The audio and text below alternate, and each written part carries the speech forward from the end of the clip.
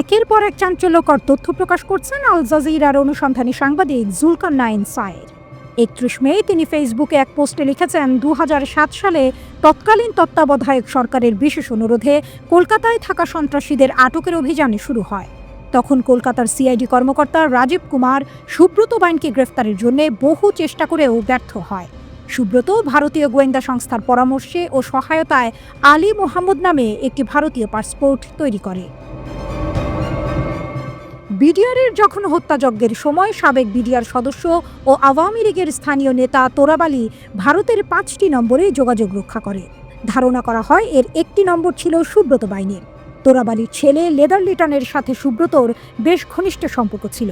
সুব্রতর হয়ে বাংলাদেশের অভ্যন্তরে বিভিন্ন অ্যাসাইনমেন্টে সহায়ক ভূমিকা রাখে এই লিটন। সুব্রত বাইনের সাথে বিডিআরের ওই নাটকীয় ঘটনার কোনো যোগসূত্র আছে কিনা তা অবশ্যই খতিয়ে দেখা উচিত।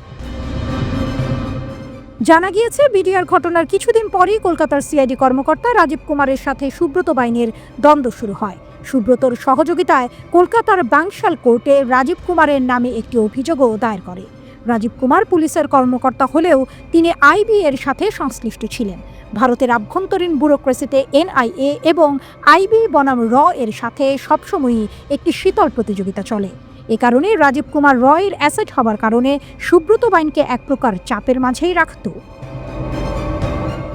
কলকাতা নিরাপদ না হয় অগাস্ট ২০০৯-এ শিলিগুড়ি হয়ে নেপালে ঢুকে যায় সুব্রত বাইন। সাথে ছিল তার তৃতীয় স্ত্রী জামেনা বিবি। সুব্রত তার ব্যক্তিগত গাড়ি নিয়ে নেপালে চলে যায় ও পূর্ব পরিচিত বিহারের এক সন্ত্রাসীর মাধ্যমে জাল নেপালি পরিচয়পত্র ও পাসপোর্ট বানিয়ে ফেলে। একই সময়ে রাজীব কুমারের STF special task force team Subrata বাইনের দমদম এলাকার নারায়ণপুরের ডুপ্লেক্স বাড়ি থেকে বাংলাদেশ হতে ভারতে পালিয়ে যাওয়া লেদার লিটনকে আটক করে এবং প্রায় ২৪ দিন তাকে এসটিএফ এর লালবাজার কার্যালয়ে রাখে। এর মাঝে রাজীব কুমার জানতে পারে সুব্রত বাইনের গাড়ি নেপালের সীমান্তবর্তী শহরে দেখা গেছে। গোয়েন্দা তথ্যের ভিত্তিতে রাজীব কুমার সুব্রত বাইনের গাড়ি চালক রাজাকে গ্রেফতার করে এবং রাজার ফোনের মাধ্যমে সুব্রতর লোকেশন এবং নেপালে তার অবস্থান নিশ্চিত করা হয়। পরিকল্পনা মাফিক সুব্রত কাকরভিটা বাজারে আসার সাথে সাথেই এসটিএফ তাকে ধরে ফেলে আর ধস্তাধস্তির এক পর্যায়ে সে নিজেকে নেপালি বলে দাবি করে চিৎকার করতে থাকে এবং নেপালি পুলিশ ও সাধারণ জনগণ ভারতীয় এসটিএফ টিমের সদস্যদের মারপিট শুরু করে। পরবর্তীতে আরও নেপালি পুলিশ এসে তাদের থানায় নিয়ে যায় এবং এসটিএফ সদস্যদের ছেড়ে দেয়, কিন্তু সুব্রত বাইনকে পাবলিক নুইসেন্স অফেন্সে ভদ্রপুর জেলে পাঠায়। তার কাছে পাওয়া নেপালি পাসপোর্ট ও পরিচয়পত্র নিয়ে শুরু হয় তোলপাড়। নেপালের ঝাপা জেলার এসপি নিজে সুব্রতকে রিমান্ডে নেয় ২১ দিনের এবং জাল পাসপোর্ট ও পরিচয়পত্র বানানোর অপরাধে সুব্রতর বিরুদ্ধে শক্ত মামলা হয়। সুব্রতকে ঝাপা জেলার জেলে রাখা হয়। সুব্রত টাকা দিয়ে নিজ সুবিধা মতো ব্যবস্থা করে। সুব্রতর খোঁজখবর নেওয়ার জন্য একই সময় তার তৃতীয় স্ত্রী জামেনা বিবি স্থানীয় ইটোহরি মোড়ে বাসা ভাড়া নিয়ে প্রতিদিন সুব্রত সহ ২০ জনের খাবার জেলে পাঠাতো। এই জেলের কর্মকর্তাদের সাথে সুব্রত সখ্যতা করে এবং পাশাপাশি কিছু বিহারি বন্দীদের সাথে নিয়ে সে ৭৭ ফুট দীর্ঘ একটি সুড়ঙ্গ তৈরি করে এবং এক রাতে সুব্রত তার ১১ জন বিহারি সঙ্গী নিয়ে জেল থেকে পালিয়েও যায়। বিশ্বস্ত সূত্র মারফত জানা যায়, গোপনে টিপ দিয়ে এসটিএফকে কাকরভিটা পাঠানো এবং সুব্রতকে গ্রেফতার করিয়ে নেপালের জেলে পাঠানোর নেপথ্যে ছিল ভারতের গোয়েন্দা সংস্থা র। তাদের উদ্দেশ্য ছিল সুব্রতকে ওই নির্দিষ্ট জেলে পাঠানো এবং সেখানে আটক ভারতীয় নাগরিকদের জেল থেকে ভাগিয়ে ভারতে নিয়ে যাওয়া। এই পরিকল্পনায় তারা সফল হয় এবং এর কিছুদিন পর সুব্রতকে কলকাতার বালিগঞ্জের একটি বাড়ি থেকে ওই এসটিএফ গ্রেফতার করে প্রেসিডেন্সি জেলে পাঠায়। আর এ সময় থেকেই সুব্রতর সাথে রাজীব কুমারের সুসম্পর্ক গড়ে ওঠে। রাজীব কুমার ধীরে ধীরে সুব্রতকে কারাগারের অভ্যন্তরে সকল রকম সুবিধা প্রদান করতে শুরু করে। এর আগে ২৯ মে তিনি ফেসবুক পোস্টে লেখেন, ২০০১ সালে বিএনপি সরকার ক্ষমতা গ্রহণের পর আইন শৃঙ্খলা পরিস্থিতি নিয়ন্ত্রণের জন্য বাংলাদেশের ২৩ জন কুখ্যাত শীর্ষ সন্ত্রাসীদের তালিকা তৈরি করা হয় এবং তৎকালীন প্রধানমন্ত্রী বেগম খালেদা জিয়ার নির্দেশে স্বরাষ্ট্র মন্ত্রণালয় শীর্ষক ২৩ জন অপরাধীদের ধরিয়ে দেওয়ার জন্য পুরস্কার ঘোষণা করে। ওই তালিকার প্রথমে ছিল ত্রিমথী সুব্রত বাইন। তার নামে তখন ১ লক্ষ টাকার পুরস্কার ঘোষণা করা হয়। পরবর্তীতে সুব্রত বাইন উপায়ন্তর না দেখে তার সবচেয়ে আস্থাভাজন ও বিশ্বস্ত আরেক পুরস্কার ঘোষিত সন্ত্রাসী মোল্লা মাসুদকে নিয়ে যশোরের পুটখালি সীমান্ত দিয়ে ভারতে চলে যায়। কিন্তু সুব্রত প্রায়ই অবৈধভাবে বেনাপোল সীমান্ত দিয়ে যশোর আসত চাঁদার টাকা সংগ্রহ করতে এবং বসবাসের জন্য যশোর শহরের বেচপাড়া এলাকায় স্থানীয় লালচুর মাধ্যমে একটি বাসাও তখন ভাড়া নেয়।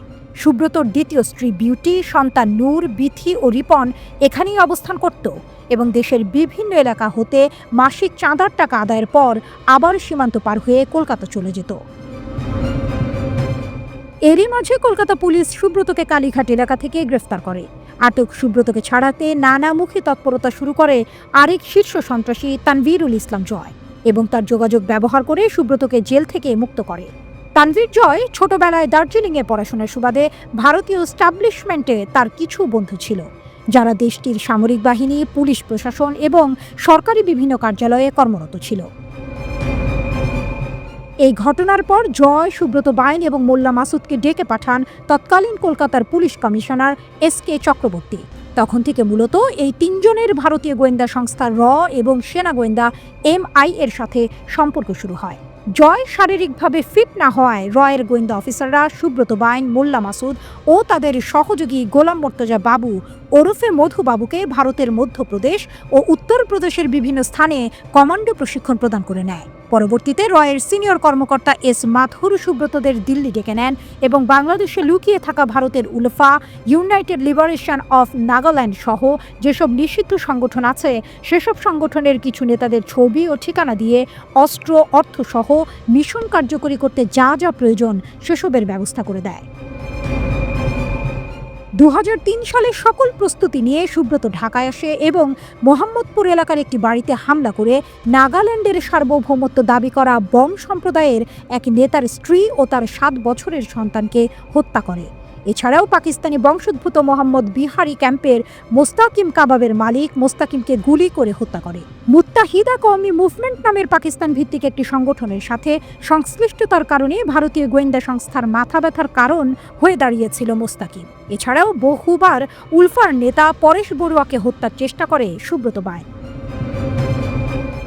2007 সালে তৎকালীন তত্ত্বাবধায়ক সরকারের বিশেষ অনুরোধে কলকাতায় থাকা সন্ত্রাসীদের আটকের অভিযান শুরু হয়।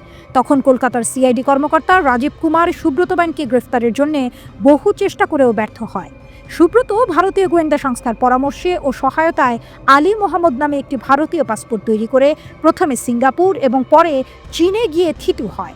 সেখানেও সুব্রত বাইনের তত্ত্বাবধানেই ছিল। চীনে রয়ের খুব বেশি তৎপর না হওয়ায় সুব্রত বাইন দুবাই পাড়ি জমায়। সেখানে তাকে বিলাসবহুল ভিলায় থাকার ব্যবস্থা করে ভারতীয় গোয়েন্দা সংস্থা এবং তার সহযোগী মোল্লা মাসুদকেও তখন দুবাই পাঠানো হয়। সুব্রত ও মোল্লা মাসুদকে দুবাইতে পলাতক ভারতীয় মোস্ট ওয়ান্টেড টাইগার মেমনের সাথে বন্ধুত্বের সম্পর্ক স্থাপনের পরামর্শ দেয়। তাদের লক্ষ্য ছিল টাইগার মেমনের মাধ্যমে কোনোভাবে মাফিয়া সর্দার দাউদ ইব্রাহিমের নেটওয়ার্কে প্রবেশের। কিন্তু এই মিশনে সফল হতে পারেনি সুব্রত বাইন। পরবর্তীতে ভারতীয় গোয়েন্দা সংস্থা রয়ের পরামর্শে সুব্রত বাইন নেপাল হয়ে ভারতে প্রবেশ করে এবং পরিকল্পনা মাফিক কলকাতায় তার বালিগঞ্জের বাড়ি থেকে STF তাকে গ্রেফতার করে। 2023 ফেব্রুয়ারি মাসে কলকাতা STF সুব্রতকে প্রেসিডেন্সি জেল থেকে বিশেষ ব্যবস্থায় বাংলাদেশের সিলেটের জৈন্তাপুর সীমান্ত দিয়ে র্যাবের কাছে হস্তান্তর করে। তাকে নিয়ে আসা হয় র্যাব সদর দপ্তরে এবং তার সাথে দেখা করেন তৎকালীন স্বরাষ্ট্রমন্ত্রী আসাদুজ্জামান খান কামাল, সেনা কর্মকর্তা জিয়াউল আহসান এবং পুলিশ কর্মকর্তা মনিরুল ইসলাম।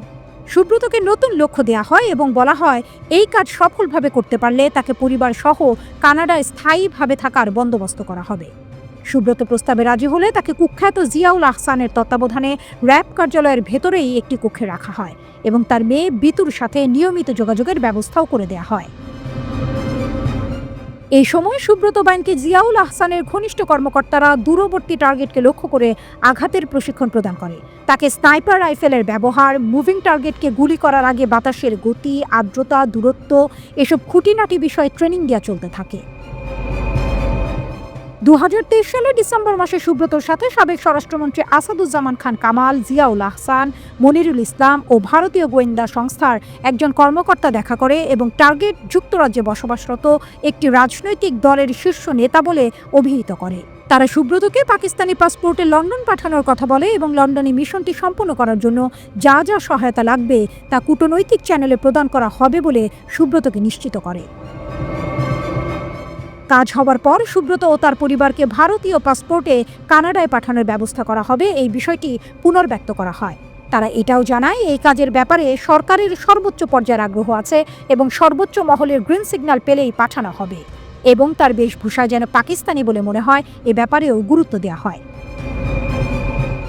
কিন্তু 2024-এর 5ই আগস্ট ছাত্র জনতার বিপ্লবে হাসিনা সরকার পতন ও হাসিনার পালানোর পর জিয়াউল আহসানের নির্দেশে সুব্রতকে তার মেয়ে বিথির কাছে বুঝিয়ে দেওয়া হয় এবং পরবর্তী আদেশের অপেক্ষার কথা জানানো হয়। এরপর থেকেই সুব্রত ব্যাংক প্রকাশ্যে আসা শুরু করে, পুনরায় যোগাযোগ স্থাপন করে রয়ের সাথে। সুব্রতকে সহায়তা করতে বাংলাদেশের স্যাটেলাইট ফোন সহ পাঠানো হয় মোল্লা মাসুদকে। আর এই দুই শীর্ষ সন্ত্রাসীর সাথে পলাতক আওয়ামী শীর্ষ নেতাদের যোগাযোগের মাধ্যম হয় নেপালে পলাতক আরেক সন্ত্রাসী লেদার লিটনকে।